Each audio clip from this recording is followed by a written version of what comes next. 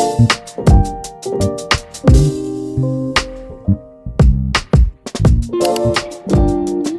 everybody, welcome to my channel. My name is Lidiana, but feel free to call me Liddy, and today we're reviewing the Sony ZV-1F. I always get really excited when I'm reviewing cameras because I'm very passionate about them, especially cameras that have to do with content creation. I always want to make sure that I'm filming and other creators are filming with the best camera out there and one that you can really save money with. So I first started with the Sony a5100 and I realized that that camera was actually pretty outdated. I was thinking to myself, I think I'm ready to upgrade to something new. So I went along and purchased the sister of this camera, which is what I'm filming on right now, the Sony ZV-1 Mark II. But this is the little sister. This is the older sister. So first off, we're going to start with pros and then we're going to get into cons. One of the pros of this camera is the battery life. I think that this camera has a really good battery life. It's very long lasting. I actually took it on my trip this past year. We went to 5 different countries and I was really able to vlog a lot with this camera because the battery life just lasted so long. I think I only charged it once during my whole trip just because I wanted it fully charged. But that just goes to show that this camera just has a great long lasting battery life, and just charging it overnight will do the trick. Now before I get into any other pros, I just want to show you guys the amazing specs of this camera. For example, it has a flip out screen, which I love so much. It does have a little slot here, I think we call it like a little horseshoe,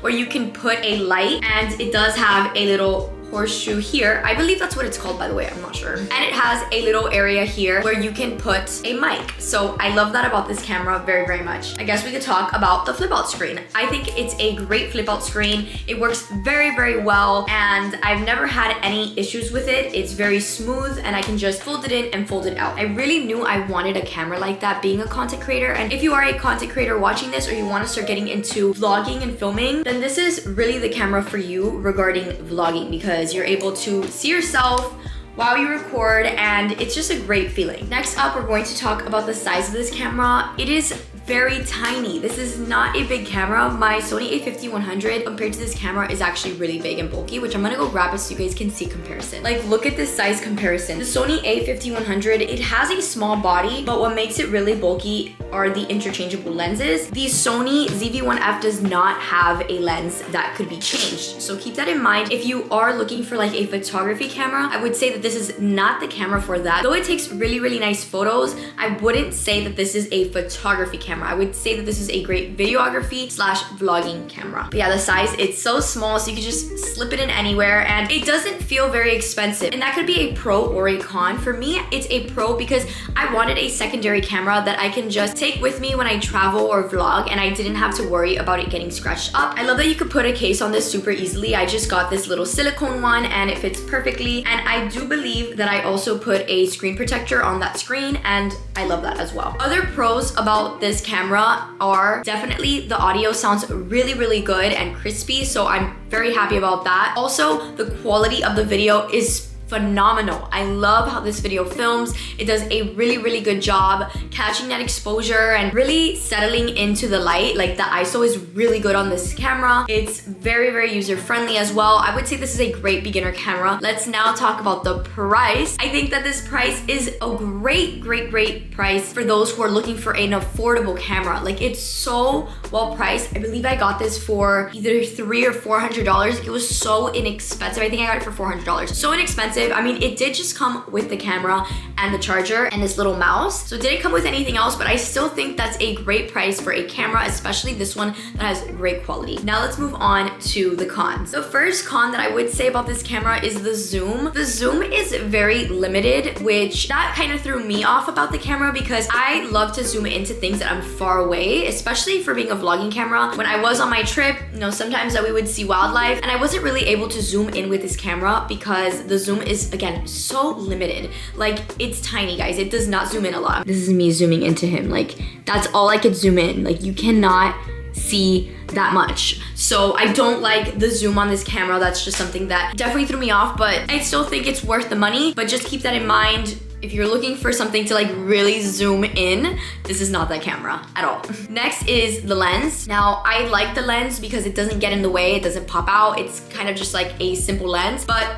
again, can't zoom into things, and I just feel like you can never change your lens. And that goes for the Sony ZV-1F family, because even the Mark II, you do not have interchangeable lenses. That is okay. The Canon G7X is like that too, so it doesn't really bother me, but just knowing that there are cameras out there that you can change the lens, like the Sony a5100, maybe that's something that you want to look into, but this camera you cannot do that. Next is this camera does not have a flash, so it doesn't have any flash photography, which that definitely bummed me out because I always had a camera with a flash. The Sony a5100, I can literally just take a picture wherever I wanted and you could just put on the flash and it has that, but this camera doesn't have a flash. I'm pretty sure you can add a flash to it. I do have a light attached to my Sony ZV-1F Mark II. It works out perfectly fine. You can attach a light to this as well. As you can see right here, I have this rig where you can attach that light, but no flash photography. Another con about this camera, and I would say that this happened more with my Sony ZV-1 Mark II, which is the one I'm filming on. It's never happened to this one, but I feel like it's the same layout as the second camera. I don't really like that the buttons are up here, like the on button, because sometimes I will click that on button and I get confused with the play and I click on this S and O, and that can make my videos go in slow-mo. So if I am like in a rush and I want to click play and I accidentally click like that slow motion button, I ruined my video and I have a slow motion video. And that has happened to me 2 times already with the camera that I'm filming on, but they are sister cameras, so I can definitely see this happening to this one as well, especially since the buttons are so close together. So I really don't like that about this camera. I think that's probably my #1 thing that I like don't like about it. Another thing that is a negative about this camera is it is very naturally zoomed in. It's got a lot of problems with the zoom. The Sony ZV-1F Mark II, I know that's such a long name, excuse if I like mess it up once or twice, but they fixed it in this newer camera. This newer camera has a actual like wide lens, as you guys can see. Like I can spread my arms apart and you can see a lot. With this camera, it's very zoomed in as it is. Yeah, that's definitely something that I do not like about this camera, and a lot of vloggers don't like it as well. Now, I did get a comment the other day, which I'm going to insert it right here. So they were asking if they should get a Sony a5100 or a Sony ZV-F1.